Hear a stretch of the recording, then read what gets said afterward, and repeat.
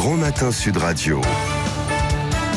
Le petit déjeuner politique. Il est 7h43. Bienvenue, c'est le petit déjeuner politique de Fabien Roussel, qui est secrétaire national du PCF et député du Nord. Bonjour Fabien Roussel. Bonjour. Avant de parler de la réforme des retraites, arrêtons-nous un instant, si vous voulez, sur le père de cette réforme, Jean-Paul Delevoye. Est-ce que vous vous en tenez à la version officielle d'un simple oubli ?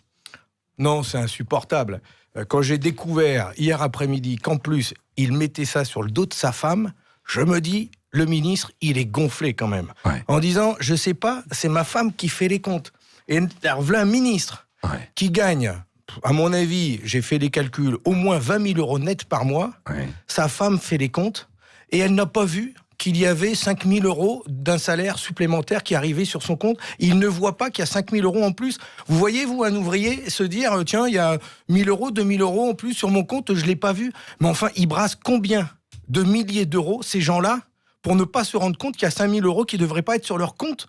Ils vivent en dehors du sol. Et ce qui me fait mal aux tripes, c'est que ceux qui nous donnent des leçons sont ceux qui sont aujourd'hui bardés de thunes. Ils gagnent des 1000 et des 100, et puis ils sont là, puis ils viennent nous dire, allez maintenant faites des efforts, travaillez plus longtemps, allez vas-y tchoubiloute, maintenant faut y aller, faut aller travailler, comme on dit dans le Nord. Mais c'est ça, ils sont pleins d'argent, ils sont pétés de thunes, et ils nous disent, travaillez plus longtemps, faites des efforts. C'est insupportable, il est disqualifié, tout comme sa réforme. Oui, et d'autant que, alors Jean-Paul Delevoye, on avait l'impression que c'était pas quelqu'un qui était déconnecté, il a été président des maires de France et des petites communes, etc., non ? Oui, mais ça veut rien dire. On peut avoir des mandats comme cela et être déconnecté de la réalité. Il suffit d'aligner le nombre d'émoluments, de salaires, de pensions qu'ils cumulent sur leur compte pour se rendre compte qu'ils ne savent plus combien vaut une baguette de pain et c'est quoi la réalité de la vie. C'est pour ça que moi je suis pour limiter les indemnités des parlementaires, stopper le cumul des indemnités qui fait qu'aujourd'hui, il y a des parlementaires qui vont cumuler émoluments de députés, conseiller régional, conseiller départemental, qui émargent à 10 000 euros et qui viennent nous dire comment il faut vivre. Oui, et le secrétariat général de l'Élysée était visiblement, selon le journal Le Monde, au courant de la situation. Responsabilité donc plus large, collective, il n'y a pas que Jean-Paul Delevoye. Mais ils sont tous mouillés, ils sont tous au même niveau. Enfin, quand on a Macron qui travaillait avant dans une banque et qui émargeait à 1 million d'euros de salaire annuel, comment voulez-vous que ceux-là savent ce que ça fait une hausse de facture d'électricité quand elle prend 10% et qu'on doit payer 20 à 30 euros de plus par mois? Pour beaucoup de gens, c'est une grosse somme, mais pour eux, c'est rien du tout. Pour eux, c'est normal, parce qu'ils vivent en dehors du sol, coupés des réalités. Ah oui, alors qu'est-ce que ça change, la démission de Jean-Paul Delevoye, du coup, pour la réforme des retraites ? 1-0 pour le monde du travail. Voilà, ce que ça change, c'est qu'on a marqué un point. Oui. Il est parti, et il devait partir. Et aujourd'hui, deuxième séquence, grosse mobilisation aujourd'hui. On a besoin de montrer que le monde du travail est uni, que l'on ne veut pas de cette réforme et de ces gens-là. Ouais, elle est disqualifiée, c'est ce que vous avez dit tout à l'heure, cette réforme. Écoutez, c'est maintenant il y a une journée de mobilisation aujourd'hui. Je regrette profondément que le gouvernement fasse le choix du bras de fer. C'est-à-dire qu'il est décidé de présenter cette réforme un 11 décembre, à quelques jours des fêtes de Noël, et la pire des réformes, en mettant tout dedans, le paquet, les points, l'âge pivot, le calcul sur l'ensemble de la carrière au lieu des 6 derniers mois, les 25 meilleures années, bref, il nous fait la totale, il nous présente ça le 11 décembre à la veille des fêtes, et il dit, surtout faites pas grève parce que c'est Noël. Non mais c'est intolérable. Alors on a quoi pour dire non? Qu'est-ce qu'on a comme moyen pour dire qu'on ne veut pas de cette réforme? Fabien Roussel, cette journée d'appel à manifester est primordiale selon vous? S'il y a moins de monde que la semaine dernière, ce sera un signe d'essoufflement ou pas? Eh bien écoutez, on fera le bilan. Après, s'il y a plus de monde, je vous la retourne. S'il y a plus de monde, qu'est-ce que ça veut dire? Eh bien, s'il y a plus de monde et s'il se confirme qu'il y a une majorité de nos concitoyens qui ne veulent pas de cette réforme, parce qu'il y a ceux qui manifestent et il y a tous ceux qui ne peuvent pas manifester. Il y a peut-être des techniciens dans votre radio qui auraient bien envie de manifester contre cette réforme et puis qui ne peuvent pas. Il y a des agents de sécurité que je rencontre qui aimeraient bien manifester, qui ne peuvent pas. Il y a des tas de gens qui travaillent dans des emplois qui sont contre cette réforme et ce gouvernement et qui ne peuvent pas aller manifester. S'il y a majoritairement dans notre population des concitoyens qui ne veulent pas de cette réforme, le gouvernement doit ouvrir ses deux oreilles et pas que la droite, et dire, bon, ok, c'est les fêtes de Noël, je retire ma réforme, on se remettra autour de la table en janvier, et on discutera de tout. Alors c'est ce que Édouard Philippe doit dire demain, alors qu'il va recevoir syndicats et patronat, parce qu'il laisse passer un peu l'orage de la manifestation aujourd'hui. Oui, mais j'en ai marre qu'il attende de passer les orages. Pourquoi il attend demain? Pourquoi il ne voit, il voit pas aujourd'hui que tout le monde est mobilisé? Il y a des ports de bloqués, il y a des raffineries de bloqués. Aujourd'hui, il y a les personnels soignants qui vont manifester en même temps que ceux qui se battent contre les retraites. Il y a un pays qui est en irruption. Il voit pas tout ça et il attend encore demain une nouvelle journée de mobilisation pour réunir ses ministres. Il pouvait pas les réunir lundi, mardi pour dire bon, stop, ça commence à craquer de partout. On va arrêter, quoi. Enfin, on est obligé d'attendre que ça pète pour que Fabien Roussel, en même temps, s'il y a 800 000 personnes, il y a plus de 65 millions d'habitants en France. Tout le monde n'est pas dans la rue non plus. Hein. Écoutez ceux qui ne peuvent pas manifester et qui n'en pensent pas moins. Regardez aussi ce qui se dit dans les sondages. Écoutez tout ce qui se dit, même ceux qui sont embêtés par les transports. Aujourd'hui, c'est la galère. C'est la galère pour des millions de gens. Mais il y a aussi un sentiment de solidarité. C'est-à-dire, on est prêt à supporter cette galère parce que, on ne veut pas de cette réforme de retraite. Et deux, on a envie de dire non à ce gouvernement après tout ce qu'il nous a fait passer ces derniers mois. Oui, mais cette réforme des retraites, est-ce que vous croyez qu'elle ne passerait pas si il n'y avait pas certains qui renonçaient à certains privilèges? Je suis quoi? Oui. La SNCF. Je suis quoi? C'est quoi de quel privilège parlez? Quand on part entre 52 et 60 ans, qu'on a 3 500 € de retraite, c'est la moyenne, c'est certain.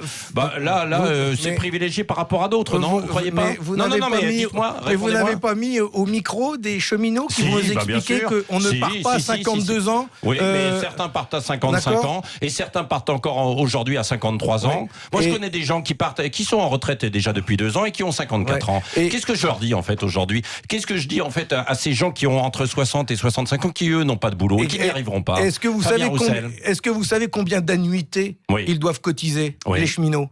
Combien d'annuités? Combien d'annuités précisément? Aujourd'hui, avec la réforme, ils devront cotiser davantage. Non. Aujourd'hui, avec la loi actuelle. Avec la loi actuelle. Alors, je n'ai pas le chiffre très précis. Je vais vous le dire. Je vais vous le dire. Tous les régimes. Tous les régimes, y compris les régimes spéciaux, y compris la RATP et les cheminots, tous sont alignés sur le régime général, 43 annuités. Ça veut dire que c'est avec le nouveau système, c'est pour les nouveaux entrants depuis 2010. Mais le régime spécial a déjà été aligné. Le régime spécial a déjà été abîmé. Ils ont déjà aligné les régimes spéciaux sur le régime général. Ça veut dire qu'un cheminot, il a le droit de partir à 52 ans, mais avec 43 annuités, il faut qu'il commence à travailler à 9 ans, d'accord? Et il partira avec sa pension complète s'il a commencé à travailler à 9 ans. Non, donc mais faut arrêter. Ça, c'est pour les nouveaux. Mais ça veut dire entrants. que les régimes spéciaux ont déjà été réformés.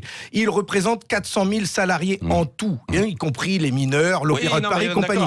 Ils représentent 2% des pensionnés. Et aujourd'hui... c'est eux qui bloquent. Non, c'est pas eux qui bloquent aujourd'hui. Les trains. Et la moitié des maternités qui sont fermées aujourd'hui. Oui, mais ça, c'est pas la même chose. Ah bon? Parce qu'ils touchent beaucoup moins. Vous vous battez peut-être un petit peu moins pour eux aussi. Non, mais c'est moi qui vous en parle, sinon on n'en parlerait pas. Les soignants, les infirmières, les internes, les hospitaliers, les enseignants, les pompiers, les fonctionnaires catégorie C, les petits grades, ceux qui commencent à 1200 et qui finissent à 1800 à la fin de leur carrière, et dont on calcule la retraite sur les 6 derniers mois, qui se retrouvent avec une retraite pas trop mal, mais qui demain vont avoir leur pension calculée sur l'ensemble de la carrière et qui vont se retrouver avec des pensions de misère. Comme les gens du privé.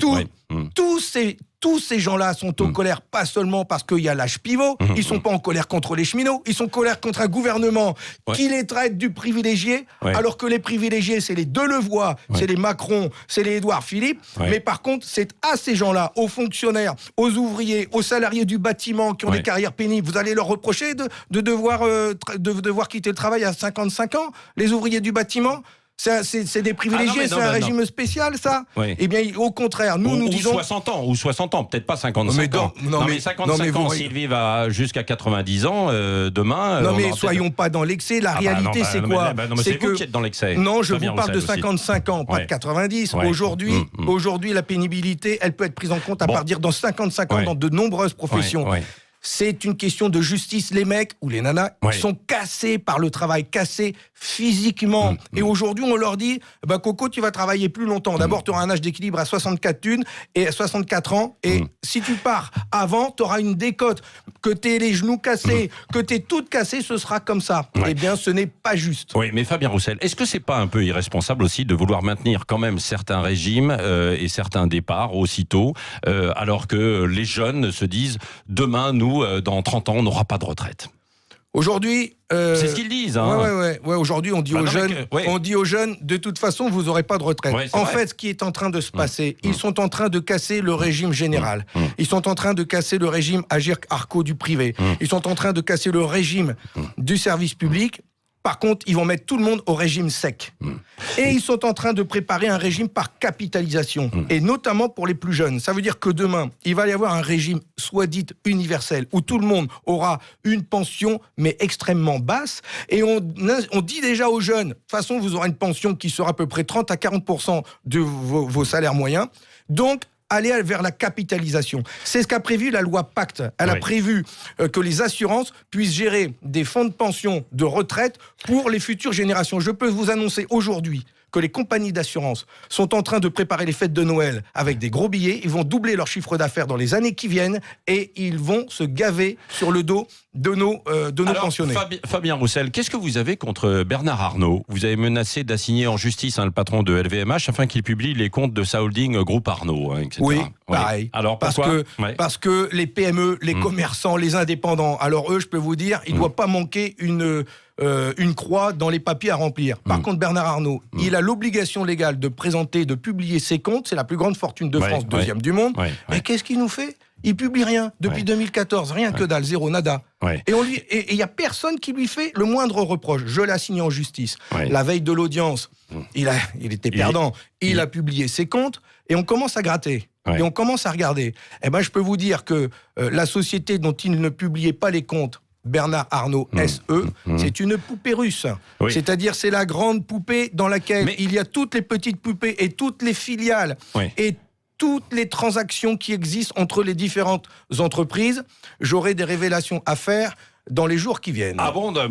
Faites-les aujourd'hui. Non, parce que je veux recouper mes sources, être certain, mais je peux vous dire qu'en matière de dividendes, en matière d'optimisation fiscale, en matière de délocalisation de bénéfices, il y a de quoi dire. Bon, mais d'un mot, parce que vous pointez quand même beaucoup les riches, il ne faut pas faire que ça, parce que sinon le pays va appartenir uniquement aux Chinois, aux pays arabes, et aux fonds de pension, non? Oui. Il faut des riches en France, le ou pas, Fabien Roussel? Le problème, c'est pas les riches, le problème, c'est le capital. Le problème, c'est qu'aujourd'hui, ces grandes fortunes sont des hommes et des femmes qui réussissent, qui donnent vie à de belles marques. LVMH, c'est l'industrie du luxe. On peut en être fier. Mais de l'autre côté, il y a un capital qui est toujours avide de toujours plus de richesses. Et ils le prennent sur nous, sur la sueur des salariés. C'est-à-dire qu'au lieu que ces richesses nous reviennent, parce que nous les produisons, elles sont captées par ces personnes. Et nous demandons une meilleure répartition des richesses. Le mot de la fin, Fabien Roussel, avec Cécile de Ménibus. Moi, je vais être direct avec vous. Est-ce qu'il y aura des trains pour Noël, Fabien Roussel? Je le souhaite. Et ça veut dire que le gouvernement a jusqu'à vendredi pour retirer sa réforme et tout le monde sera content et on pourra tous passer des fêtes de Noël en famille et heureux. Et ça veut dire que même s'il ne retire pas, vous continuerez à bloquer? Si le gouvernement fait le choix du bras de fer, du chantage en disant c'est ma réforme ou rien, c'est extrêmement regrettable et le gouvernement portera la responsabilité lourde de bloquer le pays. Et Macron doit parler d'ici là aussi ou pas? Il est un peu responsable de toute cette situation. Il ferait bien de prendre ses responsabilités. L'année dernière, c'était les Gilets jaunes. Aujourd'hui, c'est le blocage du pays à cause du recul de l'âge de retraite et de la baisse des pensions généralisées. Donc, ça commence à bien faire, oui. Merci Fabien Roussel, secrétaire national du PC, député du Nord, était l'invité de Sud Radio ce matin.